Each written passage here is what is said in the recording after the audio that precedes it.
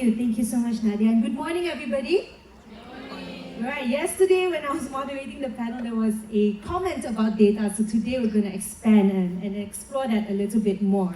So I do have here on stage with me Michael and Yuren, and also Tanya will be on the big screen later on. But before that, I would actually like to pass it over to Michael. So Michael is from Diversity Atlas and LeadWomen, and Diversity Atlas have actually onboarded, started a partnership together where we will then bring in Diversity Atlas as a tool for organizations here in Malaysia to really help you, what do you call that, farm or rather get powerful and meaningful data as you start your DEI implementation strategies. So you all are probably wondering what is Diversity Atlas and what kind of data are they able to show you.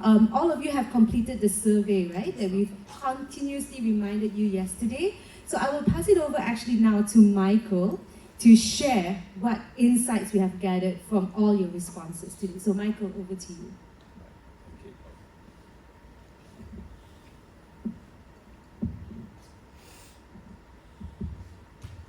Thank you, Lisa.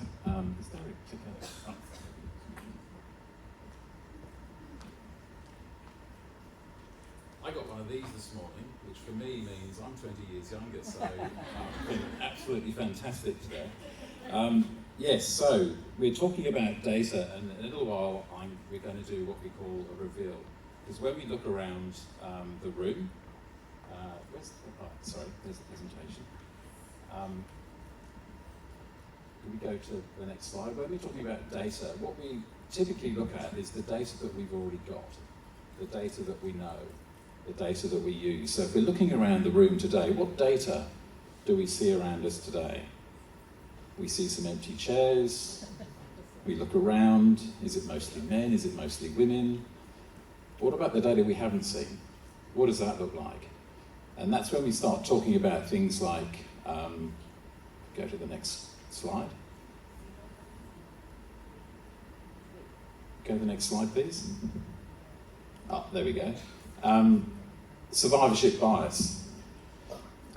This came around in the 1940s, and the language used when this became a thing was about voices being left out. So what if this room, there was an emergency and we all needed to get out? What data would we like to know? Who's read the exit plans and so forth of this building? Hands up. Yeah, nobody. So suddenly there's a call for information that we didn't know existed, but it's probably around somewhere, but we just didn't know where it was, but suddenly it becomes very important. Next slide, please. So who cares, right? We're talking about data. Why is this all really important? Next slide, please. And really it's about where you get capital from, where you get customers from, where you get talent from, but also where you keep your talent with your workforce. So there's a lot more external forces at play rather than just your own organisation. And I'm sure we've all read the McKinsey, Deloitte, PwC, Glassdoor stats about why this is important, but you need to look outside your organisation because people are looking at what you're doing. They expect to see more. They want more transparency, they want to understand what's going on. And we hear it a lot in the investment community where they want more diversity data. So it's very much driven externally now. Next slide, please. This is a huge number. So 75% of conflict in the world has a cultural dimension, and that equates to over 14 trillion US dollars. That's going to be no doubt bigger this year. And this plays out at a macro level as well. And what we need to understand is how do we better understand the other? How do we lean in to understand different forms of diversity? And what that equates to, next slide please, is $1,750 for every person in the world. This conference alone, it's $500,000 with the people that have attended here. There was some research done by the OECD, next slide please, back in 2016, so no doubt it's increased, but this is the cost of gender bias alone, $12 trillion, so these costs are real. Next slide please. And this is the problem we came across back in 2015, was if we want to understand what diversity is, we call it the diversity stammer. If you ask people what diversity is, they'll typically talk about gender, they may talk about some other things, and then they'll say things like, but it's many things, and it is. And we discovered that nobody had done any research around this, so we did hundreds of literature reviews. And next slide, please. The reason why we focused on this is because if you really want to add to the bottom line and create these inclusive workplaces, how can you possibly do it without understanding who you are? Next slide, please. So just very quickly, it's a busy slide, but we've disaggregated into these 7 different pillars. We look at country, language, worldview, religions, heritage, a whole bunch of different demographic attributes. And then inclusion, sentiment, whatever else is needed, and then we look at representation. So the survey, those of you that have done the survey would have sort of navigated through those pillars. So when we're looking at the information that's received, that's how we sort of look at it into these distinct pillars, and then we can do intersectional analysis across all of these as well, which gives us some really interesting insights. So next slide, please. This is who we are, okay? So this is a heat map. Just looking at country of birth, and there are 9 countries represented from the people that participated. The rate's a little bit higher than 35%. We based this on an audience of 300 people, so thank you very much for those that did the survey. You can still do it. We're going to send everyone a report post the event with more information, so please contribute. Next slide, please. And yes, if you're looking around the conference, it is mostly women. And what's interesting here, that's different than what we see in our other forms of data, is that gender is around the top 10 in terms of identity priorities. And what we typically see with women is that gender is in the top 3 of their priorities, and for men, it's closer to 20. So with these insights, you start to realise where you need to focus, where you need to create different pathways, different education. Next slide. Looking at sexuality, majority, 82%, identify as heterosexual, 11% as not heterosexual, and my sexuality is a priority here for non-heterosexuals is 17th, but for heterosexuals, but for non-heterosexuals it's very important, and that typically is what we see in our data. Next slide, please. Long-term conditions, we break this up into disability and long-term conditions, and what we've seen with our data, particularly with something like neurodivergence, is 50% people identified as a disability and 50% of people do not. And it means access to funding, there's a whole bunch of reasons about it, but we always reveal more aspects of disability in an organisation. They say, yes, but we asked for this information. We say, well, when do you ask for this information? Oh, when they start working with us. So this is the importance of having an anonymous survey where people are going to be a lot more comfortable sharing important information that's going to be useful for you. Next slide, please.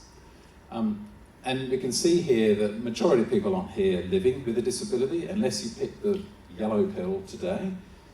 Be interested to see what happened, yellow lolly today. But there are 2% that identify with a disability. And next slide, please. We can see the most common countries of birth here, probably no surprise, is Malaysia. But 66% of people here have experienced or worked in another country as well, which kind of reflects the multicultural nature of Malaysia. Next slide, please. And languages. English, obviously the most spoken here, but then Malay. But there's still a fair number of people that don't speak English at an advanced level. We're always interested in other languages as well, and we have one speaker here that speaks Central Malay. There are about 3,000 endangered languages in the world. There's one here called Orang Karak that is spoken by less than 35 people. We're seeing more and more languages disappear, and this is something that we need to try and stop, try and encourage people to learn these new languages. Next slide, please. And this is how we look at, one of the other measurements in the back is disparity. So we look at how language trees are formed. So if we look at the top with the Romanic languages, in this case there are people here that speak French, Italian, Spanish and Portuguese. But if we look further down at the Sinitic languages, Chinese, Mandarin, there's greater distance between those. And in an organisation you'll see even though you might have a number of different languages that are spoken, it's the connections of those and the disparity between them that also reflects another form of diversity. Next slide, please. Worldviews and religions. So the most common worldview here is Islam, then followed by Christianity. And what we typically see in our data is that in Western-speaking countries, worldview, religion ranks a lot lower in terms of priorities, but here it ranks up quite very high. Next slide, please.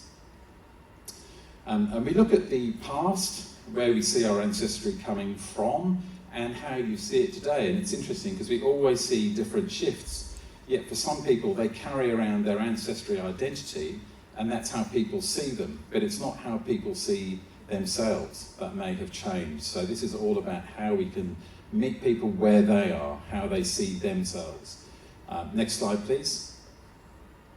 And this is always a very interesting piece of data because we look at what identity priorities are. There are so many assumptions that are made about what's important to people, but this data starts to help us. And what we can interestingly see, if we look at the intersection of men and women, is that women prioritise education far more than men. And that's what we commonly see. We also see women with much higher education rates than men doing the same job. Next slide, please. We also have many prefer not to answer options, so anything under 10% we think is a really good rate because it means that people are typically comfortable in answering questions. So those rates were typically quite low, but in some teams, some organisations, you see them a lot higher. So that again informs you about where you may need to focus your attention. Next slide, please. And we always have a section in the report called the crystal ball, so it's a bit of a sort of gaze into the future. So what we've done here is looked at people, unless you pick the purple lolly, but people here over 41 or under 41, and we can see some distinct differences. We can see the under 40s, my religious and spiritual beliefs being far more important than those who are over 40. And over 40, it's much more about education again. And we can go further and further and further and look at many other aspects of that, but that's a very high level view. Next slide, please. And then we also asked some specific questions around this event. And unsurprisingly, we see great support here for D&I and inclusion. 94% support ongoing diversity and inclusion initiatives, which means there are 6% that don't. Which is interesting. It's anonymous, so we don't know who you are, that's fine. And typically in organisations, those rates are a lot higher, but you start to know where they are, because that tells you where you're going to need to focus, again, most of your attention. We also look at various free text comments that come through. We typically see about 30% of people complete free text, and some people write novels and stories in there. They're incredible. We analyse all of them, but we see comments around belonging, organisations need to take more risks and those sorts of things. Next slide, please. So that's just a very quick reveal of who we are. Again, you will get a copy of the report after the event. But what we've noticed so far with our data is we've codified with these data sets that reflect humanity essentially into 45,000 different cultural diversity attributes. And when we did some analysis recently, just looking at the most common responses, we found that there were 700 trillion different responses. So in other words, our cultural identity is probably as unique as a fingerprint. Yet humans love to categorize, we love to simplify, we love to aggregate, and people don't always think that they belong in those groups. So we almost need to disaggregate to reaggregate. So we're collecting a lot of information. And next slide, please. Today we did it in less than 3 minutes, 45 seconds each. So you've got to keep these things short and punchy and engaging. So it's about collecting the right data, but doing it in a short, engaging way. Next slide, please. If we don't think about the experience of self-identification, this is the common result. So this is from a typical census, the Australian census. We've analysed censuses compared to our data sets, and typically there are 95% of cultural attributes missing. And so for the Australian census, if you're a Kachin woman, which is one of 130 different groups in Myanmar, you're lumped into mainland Southeast Asia. Now, it's not to say Kachin isn't part of that, but that's not how this person felt. And so she reported in media, this is how the Australian census made me feel, that I don't exist. So how can you create inclusion if the very mere act of understanding who you are excludes people from the onset? Next slide, please. Probably haven't got time, but I did ask a friend, AI, about what's important when we're looking at the data, insight, knowledge, wisdom model, for those of you that are familiar. And it was kind of interesting response. It said collect data across various dimensions. There wasn't so much of a what is diversity stutter here, but it was also admitting it's not limited to these things, but it is pretty comprehensive, and I think we've got probably most of those, and there are probably many more as well. But it is good to look at the breadth of data, especially when the focus today at the event is inclusion. So how can you make the data story as inclusive as humanly possible? Next slide, please. So for those of you that haven't done the survey, which is probably about 50%, again, here's the QR code. We'll still collect the results and provide a report that we're happy to share with everybody after the event. But thanks very much for your attention so far. Thank you so much, Michael. I invite you to sit back down here. So the reason why we got Michael to share our